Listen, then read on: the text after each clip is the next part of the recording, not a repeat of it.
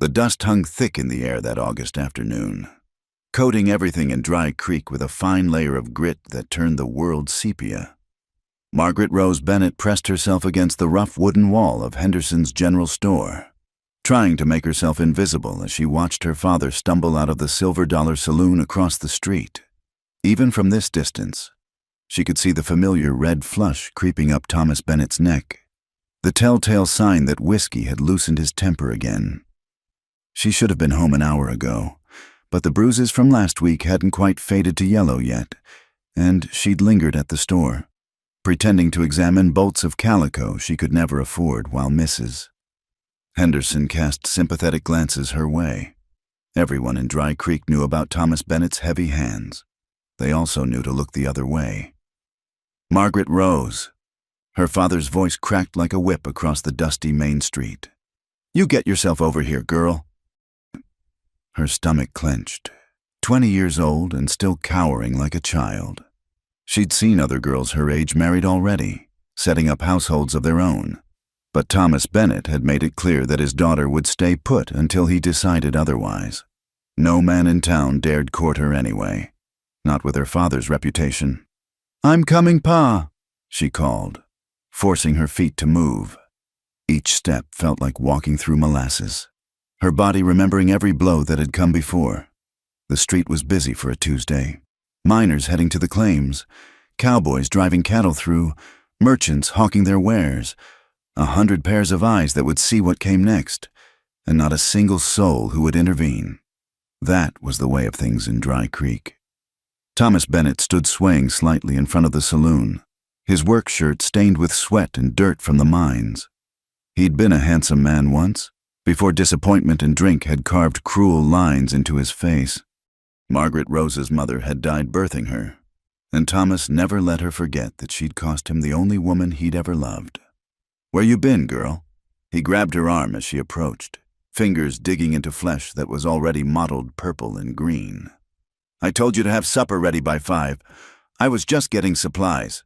Pa, The first blow came without warning, his open palm connecting with her cheek hard enough to snap her head sideways. The familiar taste of copper flooded her mouth. Around them, conversation stuttered and stopped, then resumed in hushed tones. A woman hurried her children past, shielding their eyes. "Don't you sass me," Thomas roared, spittle flying. "Think you're too good to mind your father? Think you can shame me in front of the whole town?" Margaret Rose didn't respond. She'd learned long ago that words only made it worse, but her silence seemed to enrage him further. He grabbed a fistful of her dark hair, yanking her forward until she stumbled to her knees in the dirt. "Pa, please," she whispered, hating the break in her voice. "Not here." "Not here?" He laughed, a harsh sound like breaking glass. "You worried about your reputation, girl." "What reputation?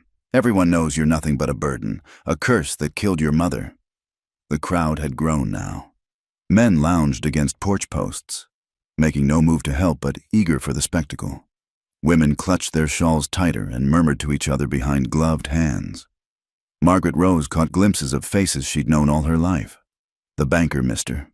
Morrison, whose wife sometimes slipped her peppermint candies. Old Sam from the livery stable who'd taught her to gentle horses. Mrs. Palmer from the boarding house who'd once offered her a job that her father had forbidden her to take. None of them moved. Thomas hauled her to her feet, shaking her like a rag doll. Her bonnet fell off, pins scattering in the dust, and her hair tumbled loose around her shoulders. "You're lucky I keep you at all," he snarled. "No man would want you anyway. Skinny as a fence post, useless as your mother was." Another blow, this time with his fist closed. Stars exploded behind Margaret Rose's eyes as she fell again, her palms scraping against the ground. She could hear her own breathing, ragged and loud in the sudden quiet that had fallen over the street. "Get up," Thomas ordered. "We're going home, and you're going to learn to show proper respect." She struggled to her hands and knees, blood dripping from her nose onto the packed earth. The humiliation burned worse than the pain. She was a grown woman, reduced to crawling in the dirt while the whole town watched. Tears threatened, but she blinked them back fiercely. She wouldn't give them that satisfaction. A child somewhere in the crowd whimpered, quickly hushed by its mother. The sound seemed to please Thomas, who grabbed Margaret Rose's arm again, hauling her upright. "That's right," he announced to the gathered townsfolk. "You all teach your children what happens when they forget their place. The Bible says honor thy father, and by God, she'll learn to honor me if I have to beat it into her." Margaret Rose kept her eyes down, unable to bear the weight of all those stares. She could feel their judgment, their pity, their relief that it wasn't them. The afternoon sun beat down mercilessly, and sweat mixed with blood on her face. Her ribs ached where he'd kicked her last Tuesday, the bruises protesting this fresh assault.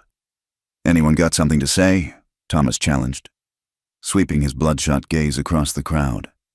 "Anyone think they know better how a man should handle his own family?" Silence.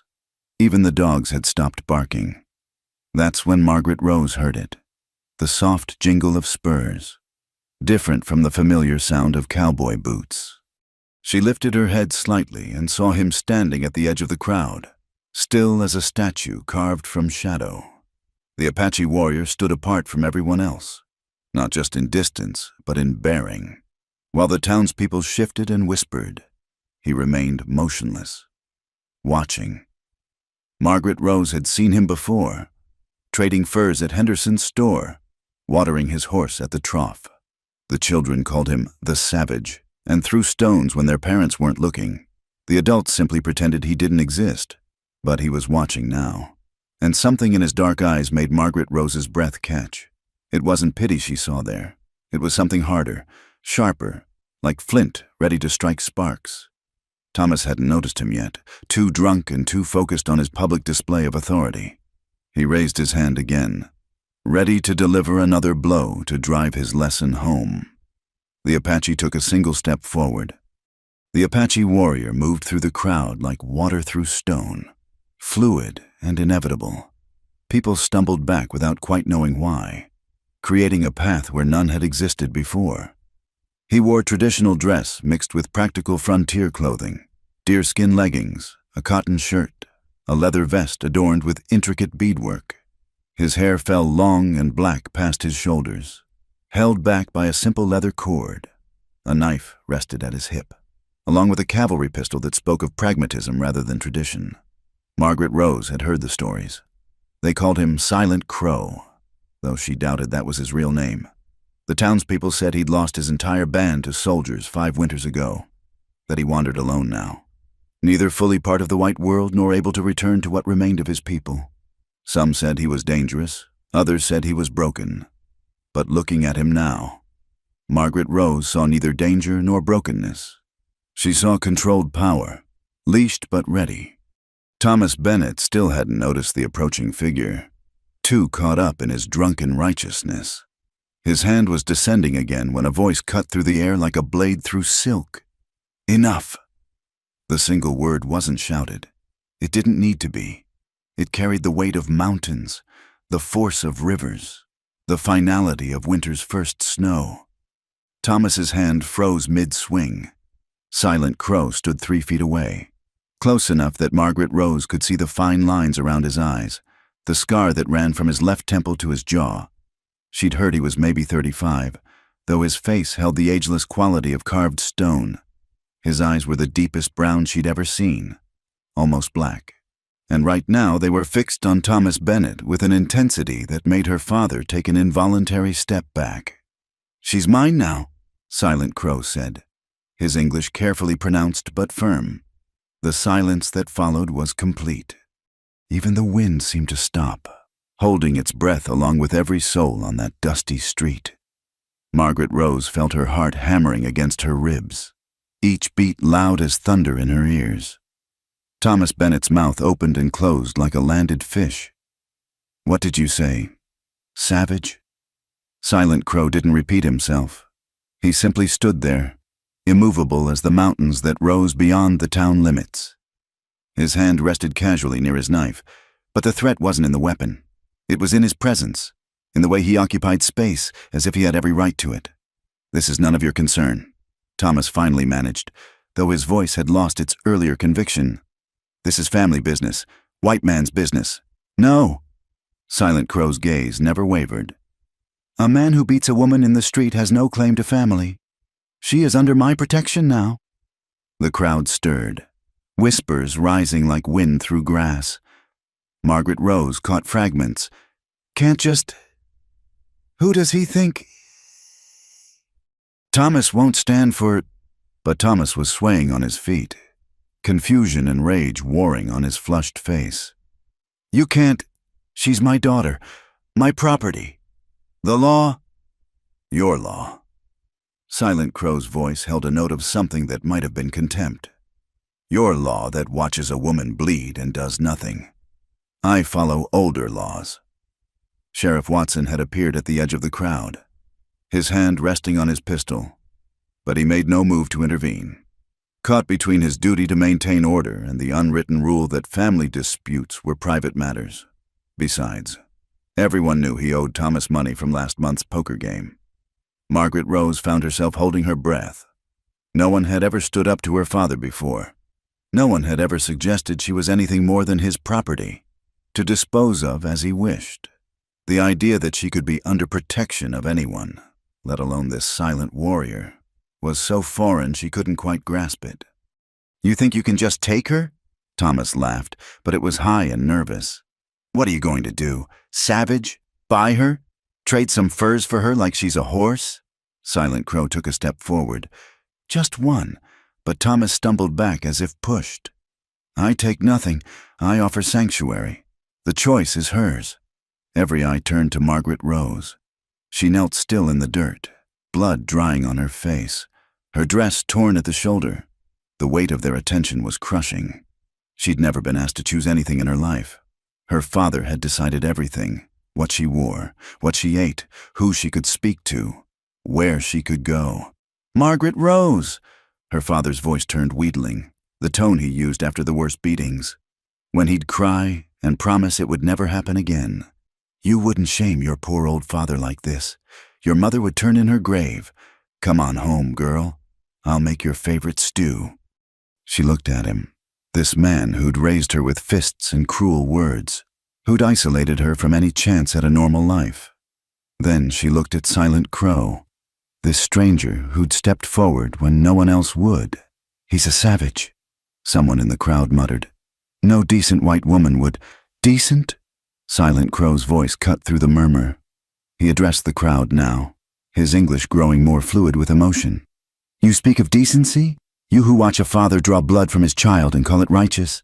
You who turn away when she cries for help because it is not your business? Where is your decency, Mrs.?" Henderson clutched her husband's arm, her face red. "Mr." Morrison studied his shoes. Even Sheriff Watson looked uncomfortable. "The Apache," Silent Crow continued. "Do not strike women. A man who cannot control his temper is not a man but a rabid dog. We put down rabid dogs." The threat was implicit, but clear. Thomas's face went from red to purple. "You threatening me? Indian." "I am stating fact." Silent Crow turned his attention back to Margaret Rose. His expression softened almost imperceptibly. "You have suffered enough. Come with me, and you will suffer no more. This I swear on the bones of my ancestors." Margaret Rose's throat was dry as sand. She tried to speak, coughed, tried again. I don't know you." "No," he agreed. "But you know him." He gestured to Thomas without looking at him. "Which unknown do you choose?" It was, she realized, the first real choice she'd ever been offered. Stay with the devil she knew, who would beat her until she died, or he did, who would never let her marry, or leave, or have a life of her own, or go with this stranger who might be dangerous in entirely different ways, but who had at least shown her the courtesy of acknowledging she was a person who could choose. Margaret Rose.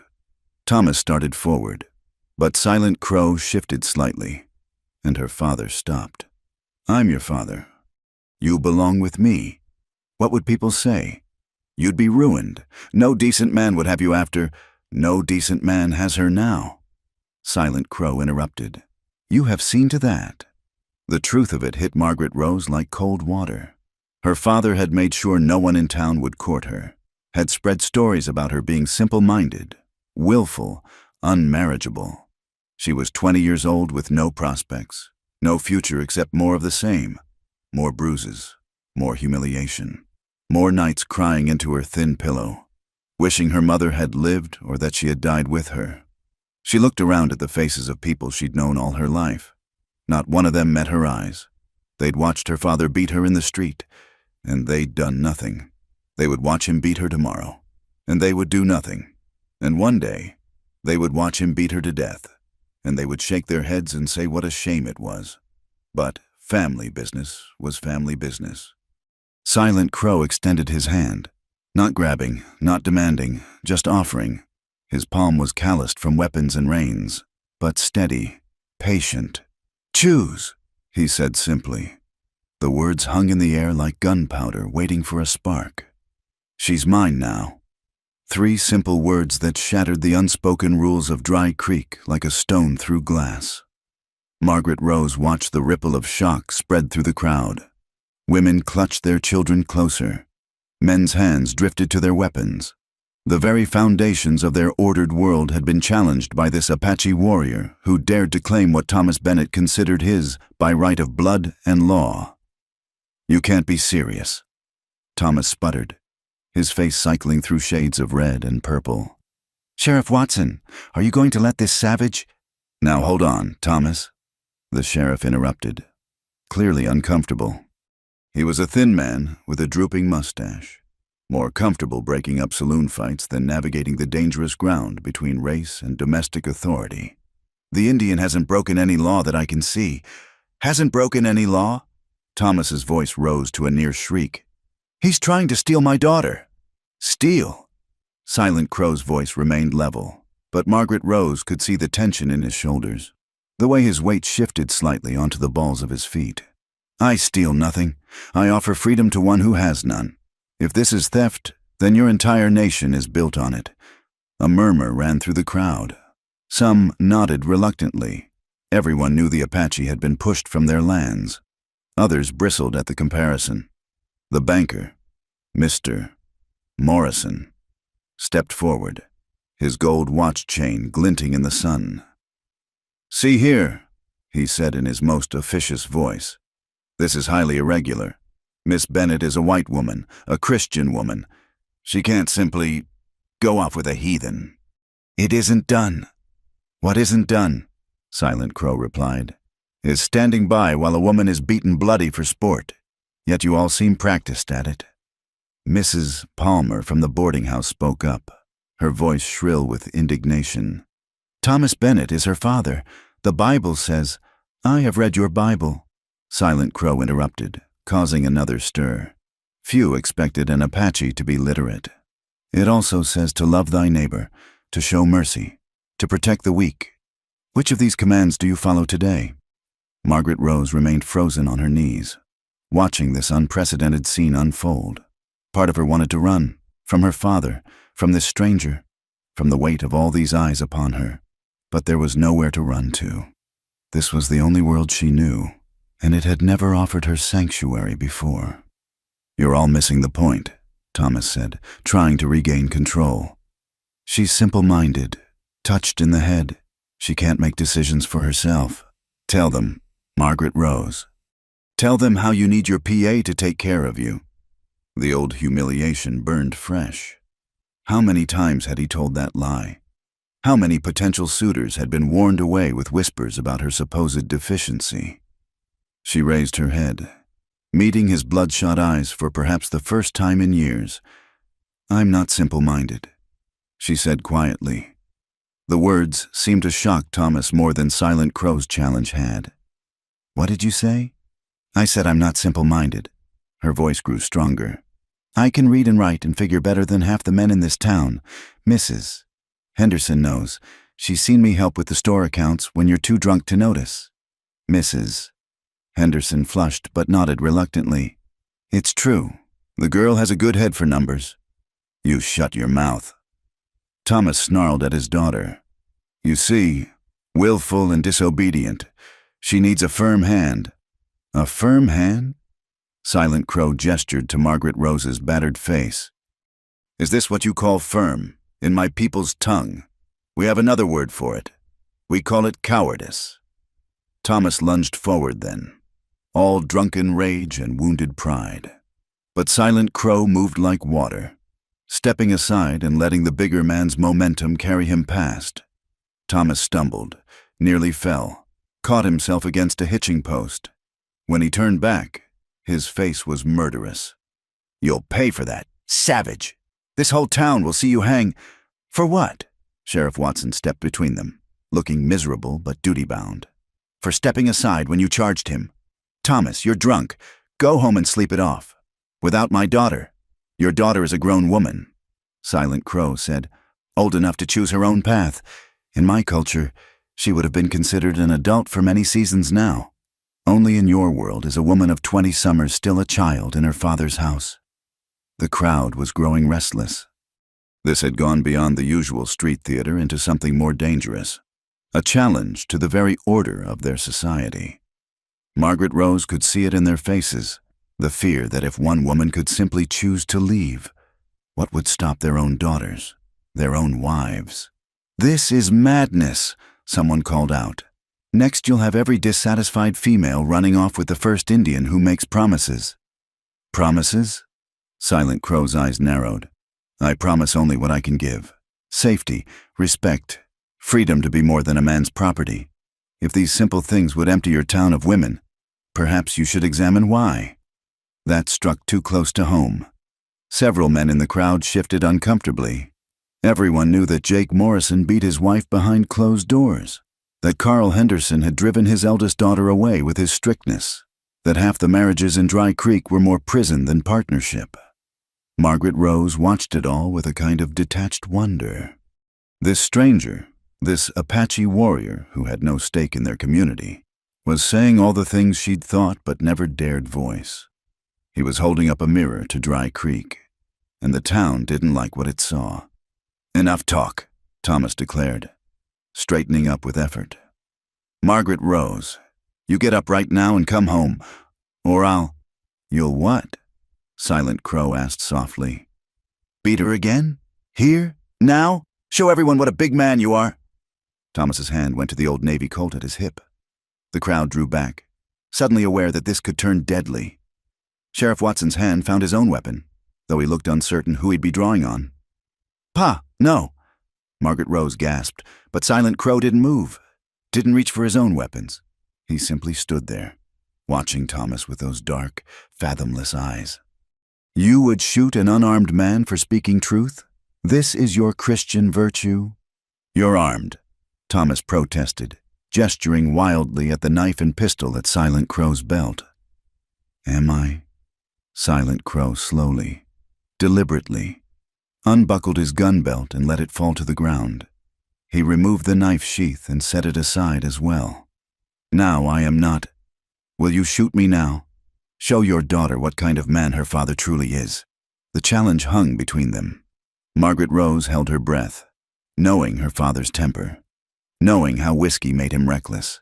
But shooting an unarmed man in front of dozens of witnesses, even an Indian, was a line that once crossed, couldn't be uncrossed. "This ain't over," Thomas finally growled, his hand falling away from his gun. "You can't just take her. There's laws. Then use them," Silent Crow said simply. "But until then, she is under my protection. Any who would harm her must answer to me." He turned back to Margaret Rose then, his expression softening. She realized with a start that throughout this entire confrontation, he'd never lost sight of her, never forgotten that she was a person, not just a prize to be won or lost. "The choice is still yours," he said quietly, pitched for her ears alone. "I will not force what I offer to free you from, but choose you must. The sun grows low, and this place holds nothing for you but more pain." Margaret Rose looked around at the faces of her neighbors, her community, the only world she'd ever known. Not one of them had ever stood up for her like this stranger had. Not one of them had ever suggested she had value beyond her father's property. Her knees hurt from kneeling in the dirt.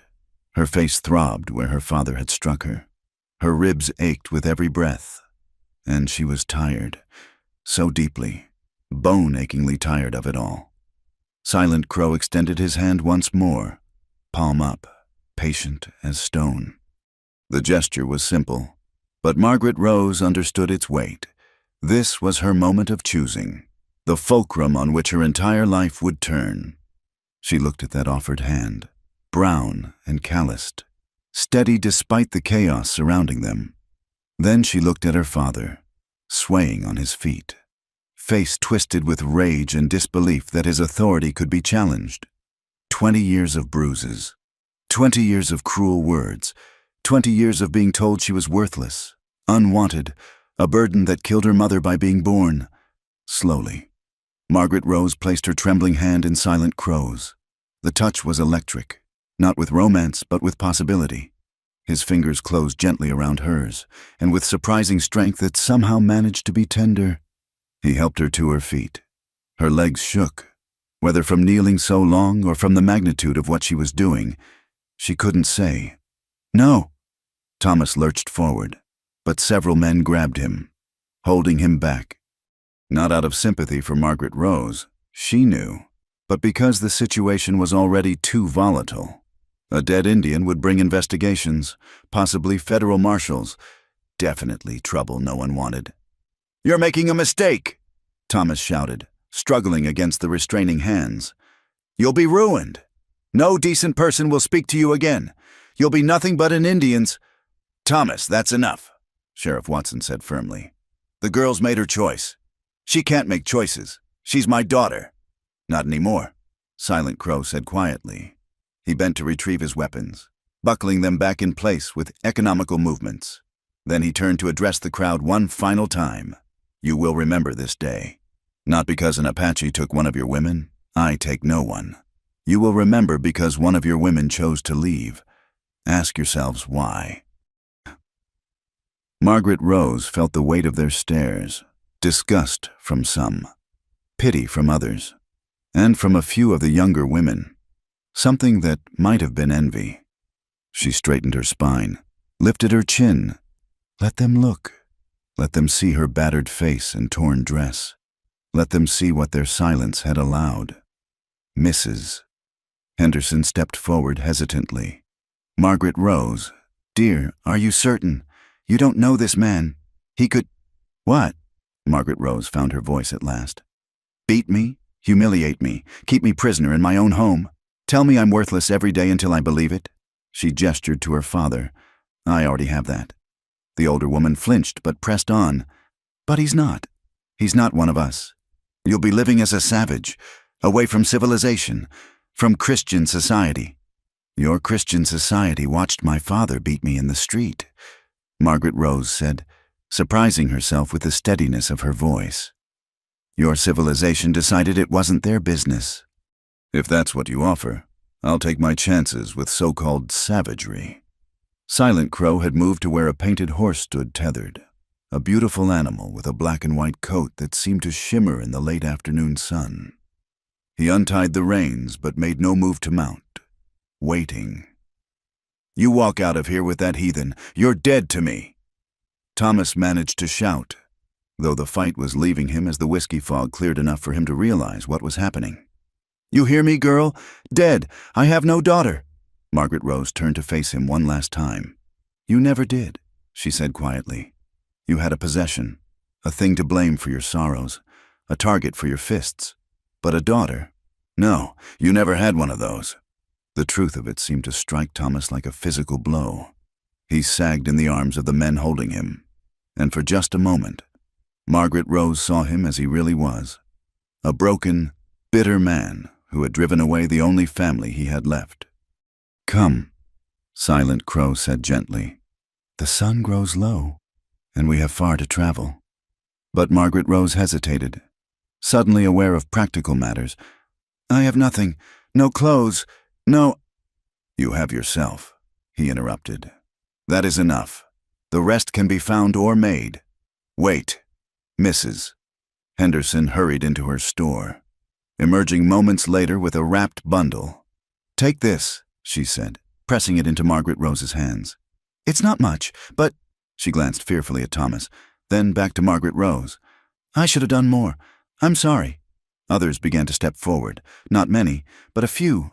Misses. Palmer handed over a small purse with a few coins. Old Sam from the livery stable offered a canteen of water. Even some who had stood silent during the beating seemed moved by this final moment to offer what small kindnesses they could. "Cowards," Thomas spat, helping her run off with a savage. "You're all cowards." "Perhaps," Sheriff Watson said quietly. "But at least we're not the kind of coward who beats women." Silent Crow had mounted his horse and now extended his hand down to Margaret Rose. It is time. This was it, the final step. Once she mounted that horse, there would be no return. She would be leaving everything she had ever known, going into an uncertain future with a man whose language she didn't speak, whose ways were foreign to her.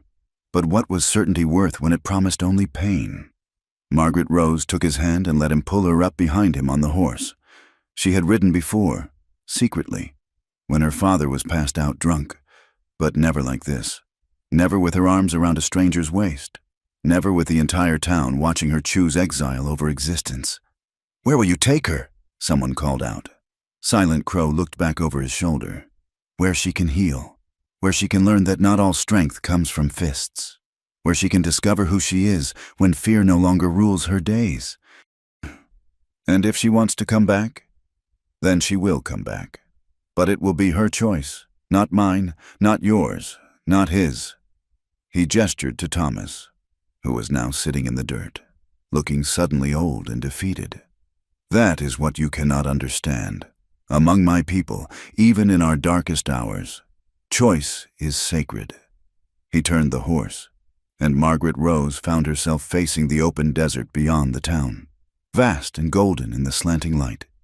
Fear coursed through her, fear of the unknown, fear of leaving, fear that she was making a terrible mistake. But beneath the fear was something else, something she hadn't felt in so long she'd almost forgotten its name. Hope. Margaret Rose, her father's voice, one last time. But now it sounded more plea than command. "Don't leave me. I'm all alone. Your mother's gone, and now you—" She looked back at him. This man who had made her life a misery, who had beaten and belittled her, who had tried to break her spirit day by day. And she felt, unexpectedly, a twist of pity. "You were always alone, Pa," she said softly. "You just made sure I was alone with you." Then Silent Crow urged the horse forward, and they began to move. Not fast, a walk at first, giving her time to change her mind, to leap down and run back to the prison she knew. The crowd parted before them, faces blurring together, shock, disapproval, curiosity, and yes, on some of the women's faces, a wistful understanding. As they reached the edge of town, Silent Crow spoke without turning. "You are afraid." It wasn't a question, but Margaret Rose answered anyway. "Yes? Good. Fear means you understand the weight of your choice, but do not let fear choose for you. How do you know I won't run back the moment you sleep?" "Because," he said simply, "you have already lived that life, and you are still breathing, which means some part of you still believes in tomorrow." They passed the last building, the church, its white steeple pointing toward heaven like an accusation. Margaret Rose thought of all the Sundays she'd sat in those pews, praying for deliverance that never came, while bruises hidden beneath her best dress ached with each hymn. The open desert stretched before them now, painted in shades of gold and red as the sun began its descent. Behind them, she could hear the town stirring back to life. Voices raised in argument about what had just transpired. By tomorrow, she would be the talk of every household, her name synonymous with scandal, but tomorrow she would be somewhere else. Someone else. Maybe not Thomas Bennett's daughter, not Dry Creek's shame, just Margaret Rose, whoever that turned out to be. The horse's gait was smooth, rhythmic. Silent Crow rode with the easy grace of someone born to it. Margaret Rose realized she didn't even know where they were going. Didn't know anything about this man except that he had stood up when no one else would. "Thank you," she whispered, the words inadequate but necessary. He was quiet for so long she thought he hadn't heard. Then, "Do not thank me yet. The path ahead is hard. But it is a path, not a cage. That is all I offer. A path, not a cage. After 20 years, it sounded like paradise. As Dry Creek disappeared into the desert haze behind them, Margaret Rose Bennett closed her eyes and, for the first time in memory, breathed free. The desert transformed as darkness fell. What had been harsh and forbidding in daylight became a landscape of silver shadows and surprising coolness. Stars emerged one by one, then in rushing multitudes, until the sky blazed with more light than Margaret Rose had ever seen from her small window in town. They had ridden for hours in silence, stopping only once at a hidden spring where Silent Crow watered the horse and refilled the canteen. He'd offered it to her first, watching as she drank, then dampened Mrs. Henderson's spare kerchief to gently clean the dried blood from her face. His touch was clinical, but kind, and she found herself fighting tears at the simple courtesy of it. Now they climbed into the foothills, following paths invisible to her eyes but clear to his. The painted horse picked its way carefully among the rocks, sure-footed despite the darkness. Pine trees began to appear, their resinous scent sharp and clean after the dust of the desert. "We stop here," Silent Crow announced, guiding the horse into a small clearing protected on 3 sides by massive boulders. A ring of old firestones suggested this was a regular camp. Margaret Rose slid from the horse, her legs nearly buckling. Every muscle ached, and the places where her father had struck her throbbed in rhythm with her heartbeat. She stood uncertainly, watching as Silent Crow moved with practiced efficiency, unsaddling the horse, gathering wood, creating a small fire that gave warmth without too much smoke. "Sit," he said, gesturing to a flat stone near the fire. "You need food and rest." She sat, pulling her torn shawl closer. Now that they'd stopped moving, the reality of her situation crashed over her like a cold wave. She was alone in the wilderness with a man she didn't know, miles from anything familiar, with nothing but the clothes on her back and Mrs. Henderson's small bundle. "Are you going to—" She stopped, unable to voice her fears. Silent Crow paused in unpacking his saddlebags and looked at her directly. "Am I going to what? Speak your fear. It has less power in the open." "Are you going to hurt me?" The words came out in a whisper. He was quiet for a long moment, then sat back on his heels. "Among my people, a woman is sacred. She brings life, tends the home fire, keeps the stories. A man who forces himself on a woman is lower than a dog. Dogs at least follow their nature.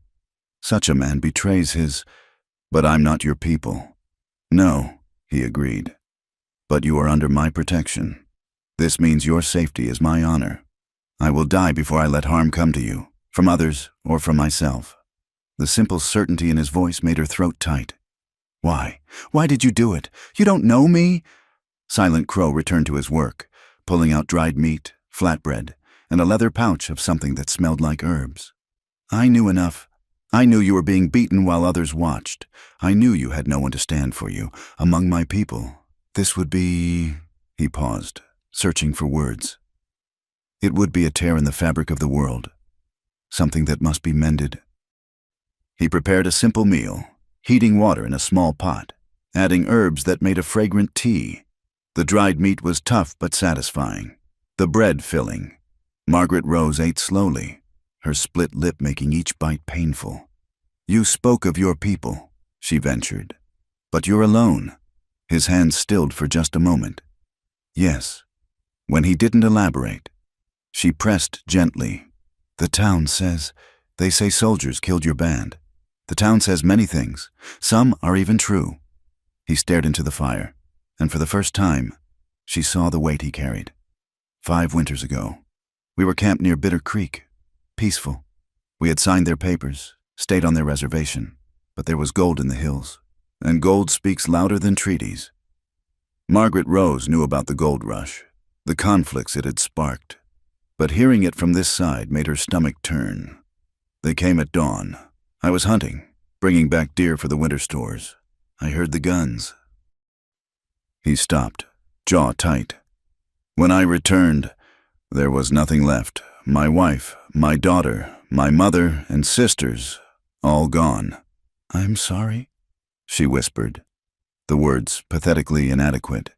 Your sorrow cannot bring them back, but perhaps— He looked at her then, really looked at her. Perhaps saving one life begins to balance the scales. The spirits work in ways we cannot always understand. They sat in silence, the fire crackling between them. Margaret Rose pulled out Mrs. Henderson's bundle, finding a clean dress, some basic necessities. And at the bottom, a small Bible.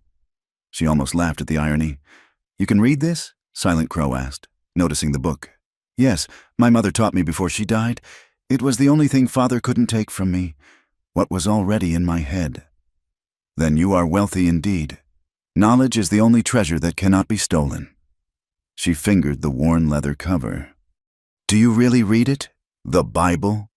"The missionaries were very insistent," he said with a slight smile that transformed his stern features.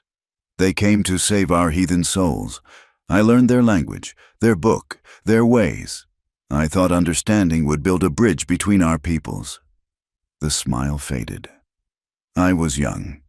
I believed understanding was enough. And now I know that understanding without respect is worthless. Your people understood that we had land they wanted, but they did not respect our right to it." Margaret Rose thought of her father, how he'd understood she was a person but hadn't respected her humanity. The parallel was uncomfortable but undeniable. "You're cold," Silent Crow observed. She hadn't realized she was shivering until he mentioned it. He retrieved a blanket from his pack, not the rough wool she expected, but something soft, decorated with intricate patterns. "This is beautiful," she breathed, running her fingers over the weaving. "My wife made it," he said quietly. "She was known for her skill. I carry it to remember. But tonight, it serves life instead of memory. She would approve." He draped it around her shoulders with careful hands, never touching her directly. The blanket smelled of sage and smoke and something indefinable, the scent of a life lived close to the earth. "Where are we going?" Margaret Rose asked. "I mean, tomorrow and after. Where will we end up?" "There is a place in the mountains, 2 days' ride, a valley hidden from white men's maps. Others live there, Apache, some Mexicans, a few whites who have chosen different paths. It is not paradise, but it is peaceful. You will be safe there while you decide." "Decide what?" "Who you wish to become. You are no longer Thomas Bennett's daughter, so who is Margaret Rose when she stands alone?"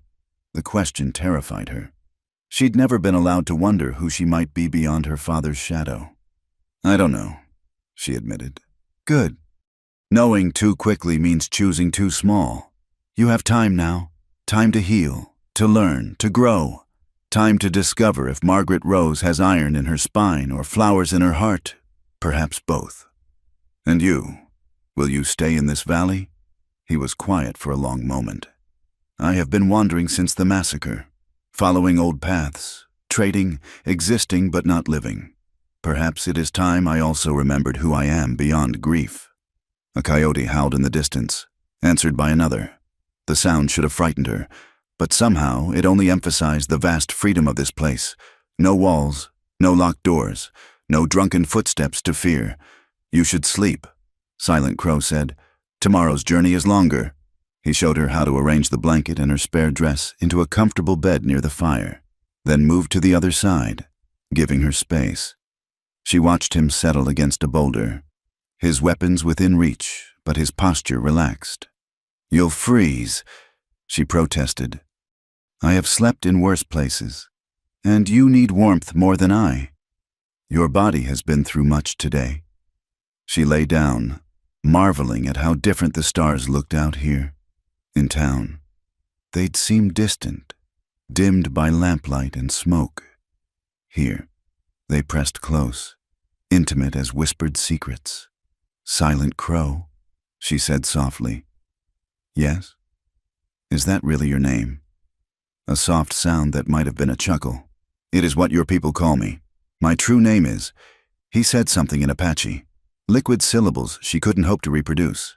"It means he who walks between worlds, between peoples, between war and peace.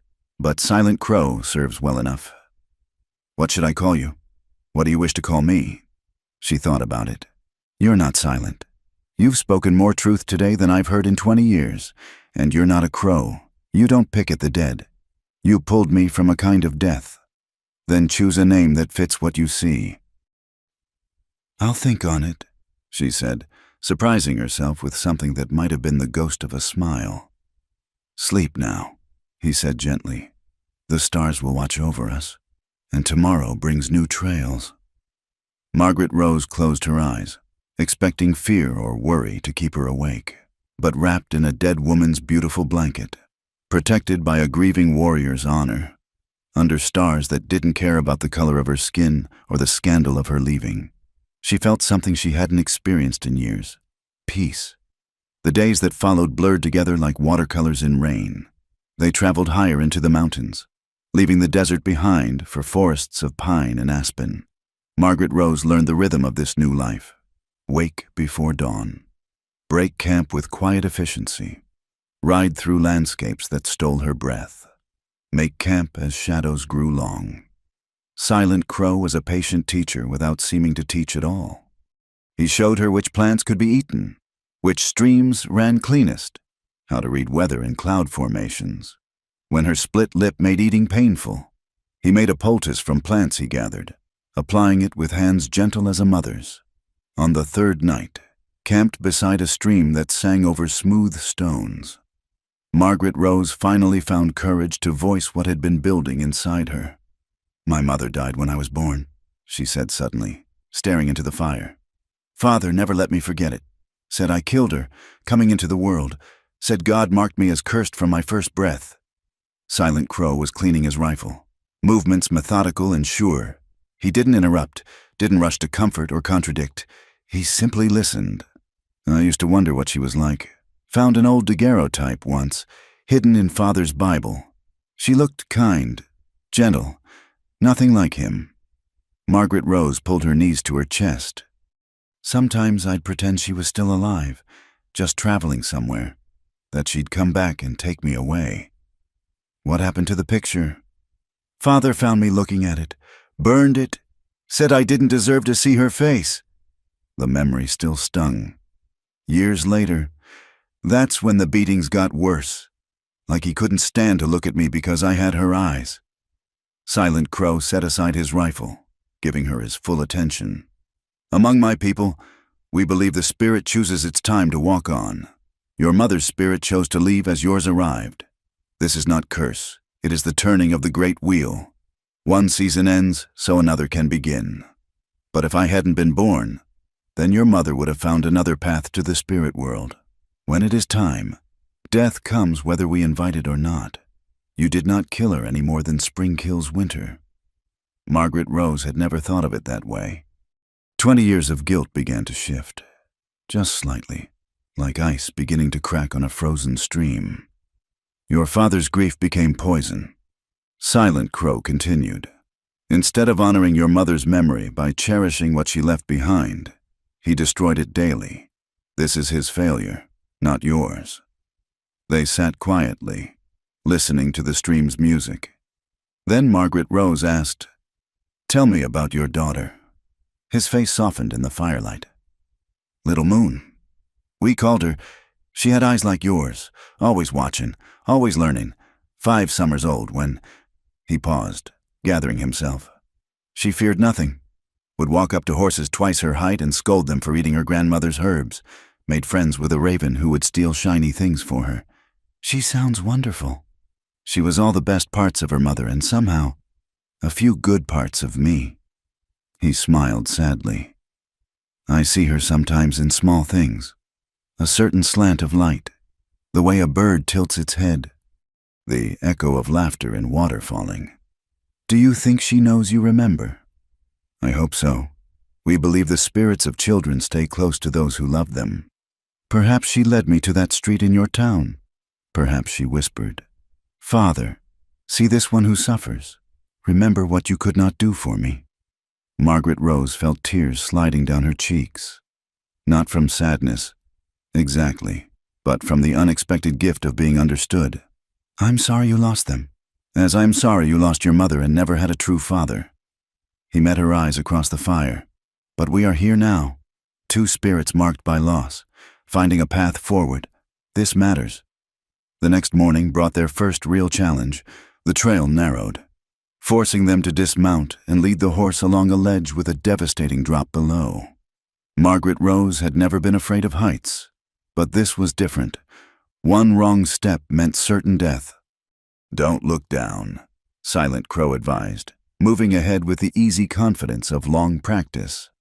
"The mountain will not drop you if you respect it. Fear makes us clumsy." She tried to follow his advice, keeping her eyes on the path, one hand on the rock wall, but halfway across, vertigo hit like a physical blow. The world spun. Her knees went weak, and she pressed herself against the stone, unable to move forward or back. "I can't," she gasped. "I can't do this." Silent Crow secured the horse and returned to her, moving along the ledge as if it were a city street. "Look at me," he commanded softly. "Only at me." She forced her eyes open, finding his face, calm, steady, anchoring. "Tell me about your mother's eyes," he said. "What?" The question was so unexpected it broke through her panic. "You said you had her eyes. Tell me about them." They were green, like mine, but darker, like... She searched for words, focusing on his face instead of the drop. "Like pine needles in shadow." "Good. What else did you inherit from her?" He kept her talking, asking gentle questions that required thought, until she found herself moving again, following his voice along the ledge. Only when they reached wider ground did she realize what he'd done. "You distracted me. I reminded you that you are more than your fear." He checked the horse's hooves for stones, casual as if they hadn't just navigated death. "Your body knows how to survive. Sometimes we must quiet the mind to let the body lead." That night they camped early, both exhausted from the tension of the crossing. As Margaret Rose gathered wood, a task she'd taken on without being asked, she found herself humming. The sound surprised her so much she stopped mid-note. When had she last hummed? Or sung? Music had been beaten out of her years ago, when her father decided her voice reminded him too much of her mother's. "Don't stop," Silent Crow said from where he was preparing their meal. "Music heals what words cannot touch. I don't remember the words anymore, just the tune." It was an old lullaby, something her mother must have sung while she still carried her. Then "The mountain likes music." Self-conscious, but oddly safe. She continued humming while she worked. The simple melody seemed to unlock something in her chest, a tightness she'd carried so long she'd forgotten it wasn't supposed to be there. Later, as they ate rabbit stew flavored with wild herbs, Silent Crow said, "Tomorrow we reach the valley. You should know what to expect." "Tell me." "It is not large, maybe 30 people in all. Apache who cannot return to the reservation. Mexicans who lost their lands to American laws. A few whites who chose different paths. We have rules, but they are simple. No one owns anyone. Violence against women or children means exile. All work, all eat. All protect the secret of the place. And they'll accept me. You come under my protection. This carries weight, but acceptance is earned, not given. Show them your true heart. Work with willing hands, and you will find your place." "What if I don't belong there either?" He considered this seriously. "Then you will leave and find where you do belong, but you will leave stronger than you arrived, knowing more of who you are. This I promise." That night, Margaret Rose lay awake despite her exhaustion. Tomorrow would bring new challenges, new faces, new tests, but for the first time in her life, she faced the unknown without dread. Whatever came, she would meet it as herself, not as Thomas Bennett's worthless daughter, but as Margaret Rose, who had found courage to reach for a stranger's hand and step into a new world. "Silent Crow?" she whispered. A soft grunt indicated he was listening. "I've decided what to call you." "Oh?" "Joseph. It means God will increase, because you increased my life when you could have walked by." There was a long pause. Then, quietly, "Joseph. Yes, this is a good name for the man I am becoming again." She smiled in the darkness. They were both becoming new people, shaped by loss but not defined by it. Tomorrow would bring the next step in that becoming. And for the first time in 20 years, Margaret Rose looked forward to tomorrow. 6 weeks had passed in the mountain valley. 6 weeks of healing and discovery. Margaret Rose's hands had grown calloused from real work, her skin bronzed by mountain sun, her body strong from hauling water and tending gardens. The woman who looked back from the stream's surface bore little resemblance to the ghost who'd fled Dry Creek. But ghosts have a way of returning when you least expect them. She was grinding corn with Maria, an older Mexican woman who'd taken her under her wing. When the warning whistle came, 3 sharp notes that meant strangers approaching. The valley had several hidden watchers who kept vigil on the few paths leading in. "Inside," Maria ordered, shoving Margaret Rose toward her cabin. "Until we know who—" From the window, Margaret Rose watched riders emerge from the tree line. Her blood turned to ice water.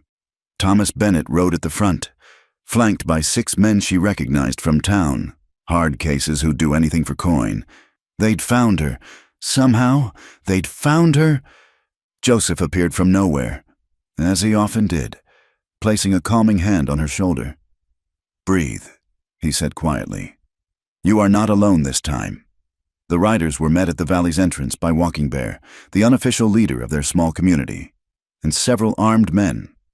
Margaret Rose couldn't hear the words, but she could see her father's gestures growing more aggressive, his face redder even from a distance.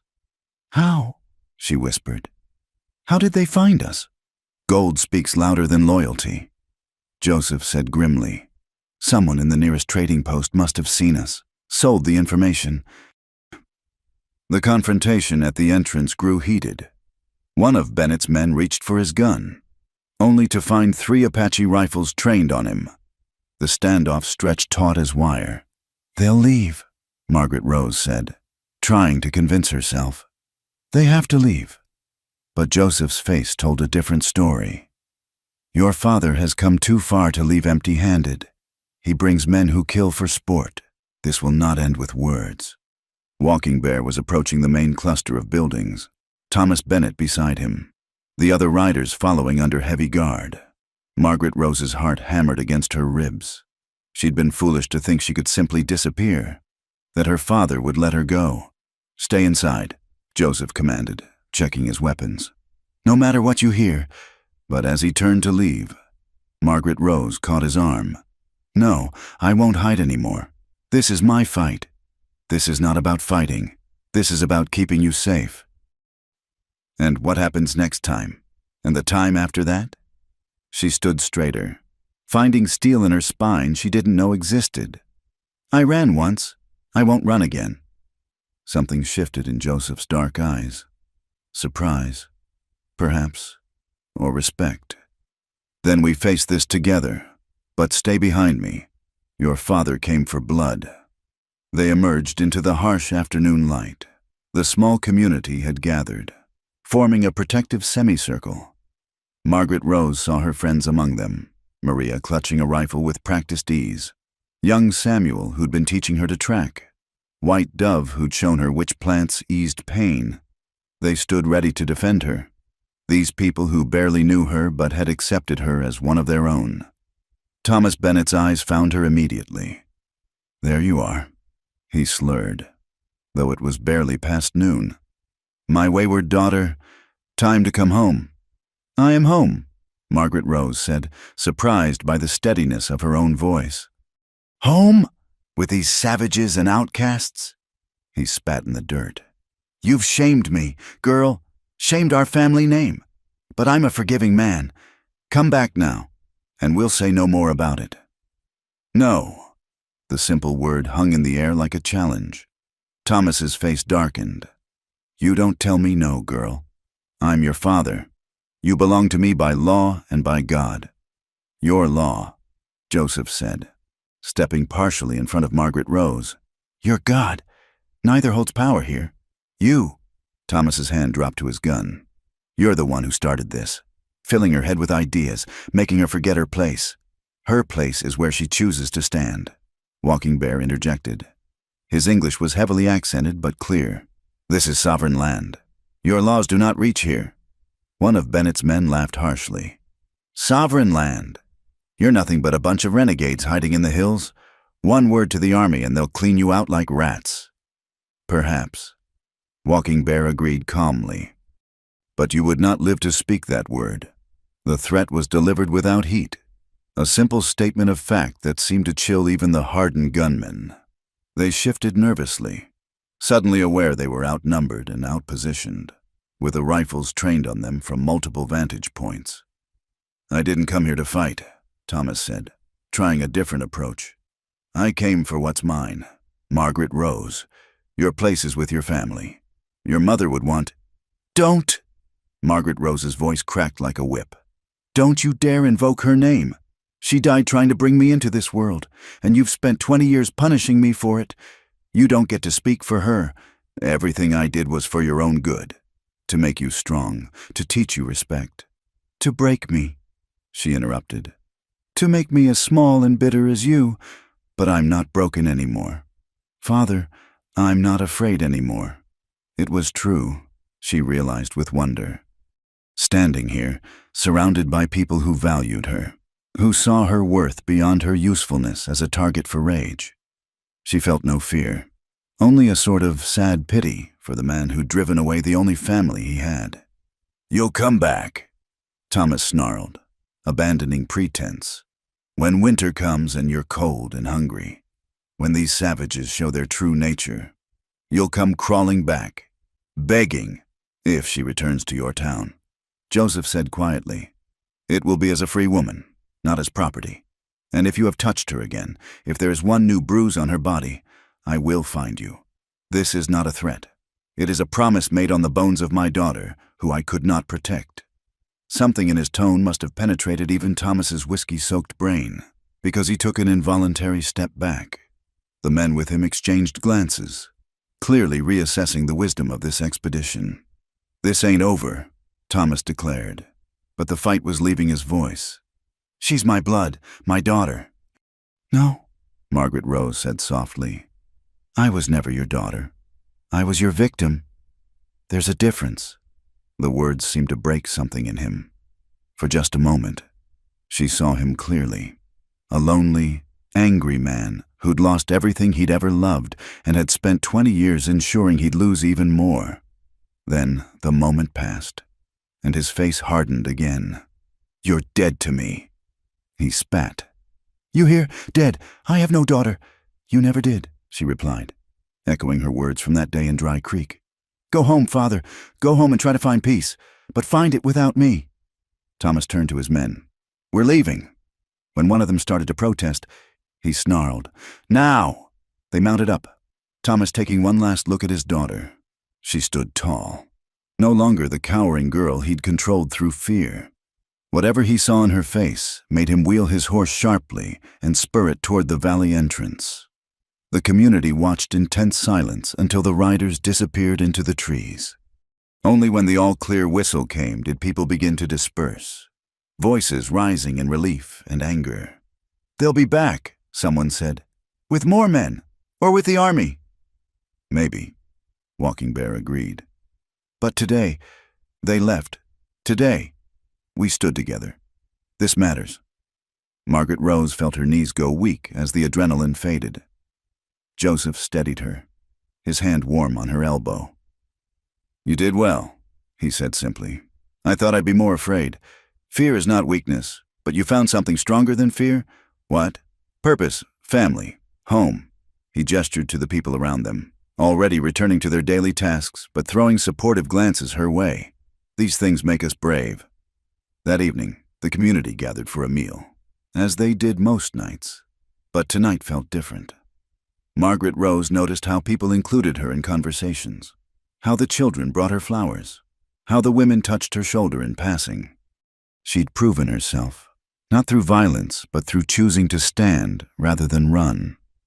He might really bring the army, she said quietly to Joseph as they sat by the fire. He might, Joseph agreed. But the army has bigger concerns than one runaway daughter, and we have survived worse threats than angry fathers. I'm sorry I brought trouble to your door. He turned to look at her fully. You brought life to this valley, Before you came, I was a ghost walking among the living. Now I remember why we fight to survive, not just to draw another breath, but to protect what matters. Maria approached with her guitar, and soon music filled the night air.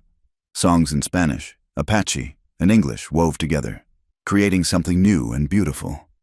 Margaret Rose found herself pulled into a dance, laughing as she tried to follow the steps she didn't know. Later, as the fire burned low and people drifted to their homes, she sat with Joseph in comfortable silence. The stars wheeled overhead, unchanged by the day's drama. "What happens now?" she asked. "Now we prepare. We post more guards. We make plans for if they return. But we also live. We plant corn and hunt deer and teach children and dance under stars. We do not let fear of tomorrow steal today." Margaret Rose thought about that, about choosing life over fear, about standing ground instead of running, about finding family in unexpected places. 6 weeks ago, she'd been a broken thing, property of a cruel man. Tonight, she was her own person, part of a community that valued her strength instead of trying to break it. "Joseph." "Yes?" "Thank you for seeing me when no one else would, for giving me the chance to see myself." He smiled, a rare full smile that transformed his weathered face. "You always had the strength, Margaret Rose. You just needed space to let it grow." The fire crackled, sending sparks into the vast night. Tomorrow would bring its own challenges. Thomas might return. The army might come. Winter would test them all. But tonight, Margaret Rose sat free under the stars, surrounded by chosen family, no longer afraid of tomorrow. She was home. Dawn broke over the valley in shades of rose and gold, painting the mountains with light that seemed to promise new beginnings. Margaret Rose stood at the edge of the garden she'd helped plant, watching the sun climb above the peaks. 3 months had passed since her father's visit. 3 months of peace that had allowed her to grow roots as surely as the corn stalking up from the earth. She heard Joseph's footsteps before she saw him, had learned to recognize his particular rhythm. Steady, purposeful, almost silent. He moved like the mountain cats that sometimes appeared at twilight, with an economy of motion that spoke of a lifetime living close to danger. "You're up early," he observed, coming to stand beside her. "I like this time," she said, "before the world fully wakes. It feels possible." He understood, as he always seemed to. They stood in comfortable silence, watching the light strengthen, until he spoke again. "Margaret Rose, there is something we should speak of." She turned to him, noting the unusual formality in his tone. "What is it? You have been here 3 months. You have found your strength, your voice, your place among us. But I wonder, what do you want now? Where does your path lead?" The question caught her off guard. For so long, survival had been her only goal. Now, with safety achieved, the future stretched before her full of choices she'd never imagined having. "I don't know," she admitted. "For 20 years, someone else decided my path. Now that I can choose." She spread her hands helplessly. "There is no rush," Joseph said gently. "But I ask because—" He paused, seeming to gather words like a man gathering courage. "Because my own path has become unclear since you arrived." Margaret Rose's heart began to beat faster.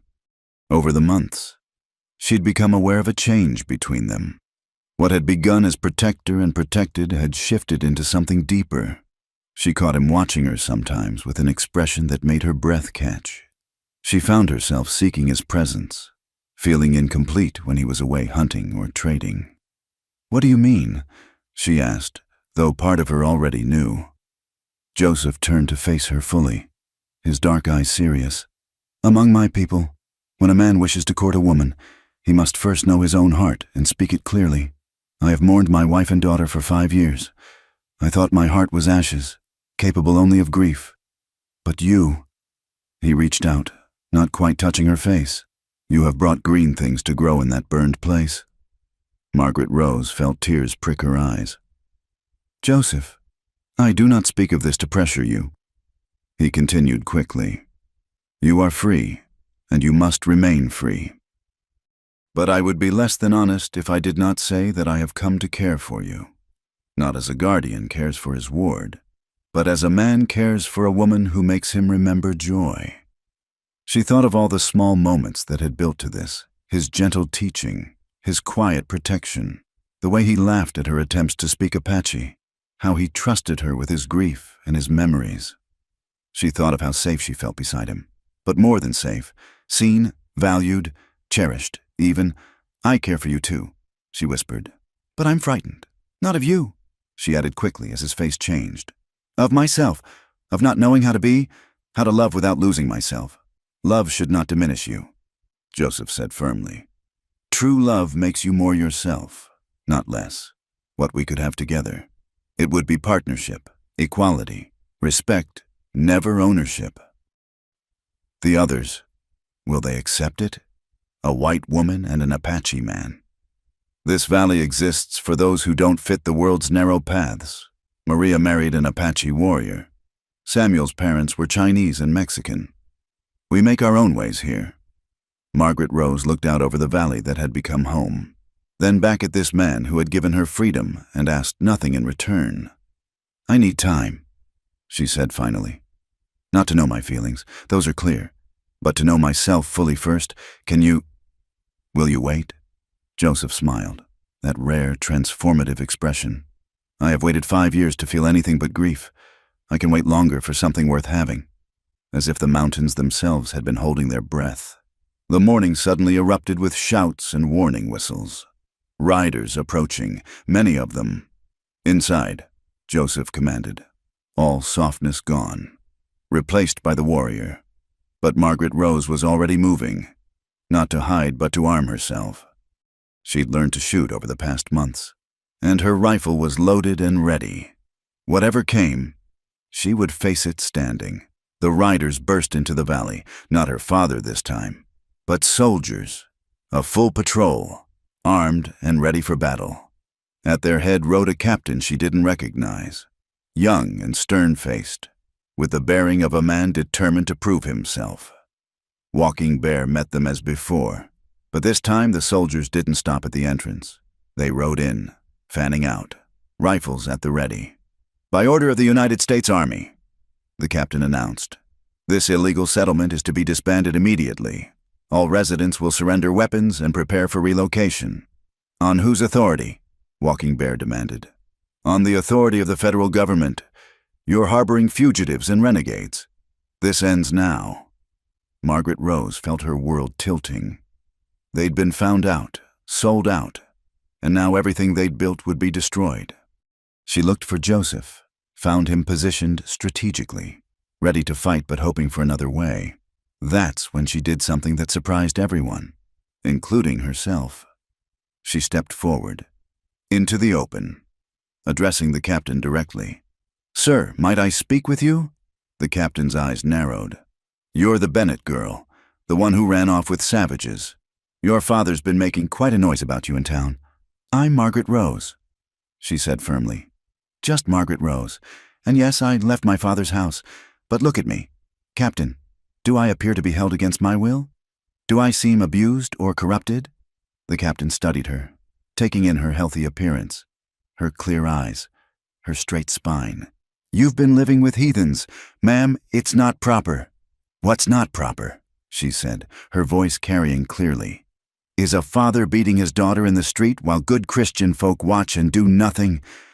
What's not proper is being told you're worthless every day of your life. These people you call heathens showed me more Christianity in 3 months than my town showed in 20 years. Murmurs rose from the soldiers. Some of them shifted uncomfortably. "Be that as it may," the captain said, though with less certainty. "The law is clear. This settlement is illegal. These Indians are off the reservation without permission." "And if they return to the reservation?" Margaret Rose asked. "What waits for them there? Starvation? Disease? Death?" She stepped closer, close enough to see the youth in the captain's face, the uncertainty beneath the uniform. "You're a good man. I think you follow orders because you believe in justice. But is this justice? The law. The law once said my mother's people could own my father's people." Maria called out, her voice strong. Was that justice? The law changes, Captain, but right and wrong, those are written on the heart. The captain looked around at the assembled people, Apache, Mexican, white, all standing together, all ready to defend their home. Children peeked from behind their mothers' skirts. Old men stood with dignity despite their bent backs. This wasn't a war camp. It was a community. "I have my orders," he said, but the conviction was leaving his voice. "Then follow them," Joseph said, stepping forward to stand beside Margaret Rose. "But know what you destroy. Know that you scatter families who harm no one. Know that you send people to their deaths for the crime of wanting to live free." The captain was young, perhaps 25, with eyes that hadn't yet learned to close themselves to suffering. He looked at Margaret Rose again. "Is this truly what you choose? To live here among them?" "They are not them," she said softly. "They are us. We are a family built not on blood but on choice. And yes, I choose this. I choose them. I choose him." She reached for Joseph's hand, lacing their fingers together publicly for the first time. "I choose love over law. Captain, wouldn't you?" The captain sat silent on his horse for a long moment. The morning sun climbed higher, casting long shadows across the valley. Finally, he spoke. "I'll need to report that we found the settlement abandoned, that the residents had moved on before we arrived, scattered to the winds." He looked directly at Walking Bear. "I suggest you make that truth by the time I return in 1 week's time. Understood?" Walking Bear nodded slowly. "We understand." The captain turned his horse, then paused. "Miss Margaret Rose, your father has legally disowned you. You should know that. You're free in the eyes of the law now."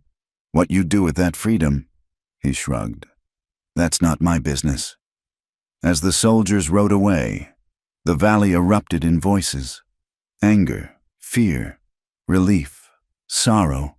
They would have to leave, find a new place, start over, but they would do it together. "You were magnificent," Joseph told Margaret Rose quietly. "I was terrified." She admitted, "Courage is not the absence of fear. It is acting despite fear." He squeezed her hand. "You saved us from bloodshed today." Walking Bear approached them. "We have much to do and little time, but first," he smiled at their joined hands, "it seems we have something to celebrate. In times of ending, we must also mark beginnings."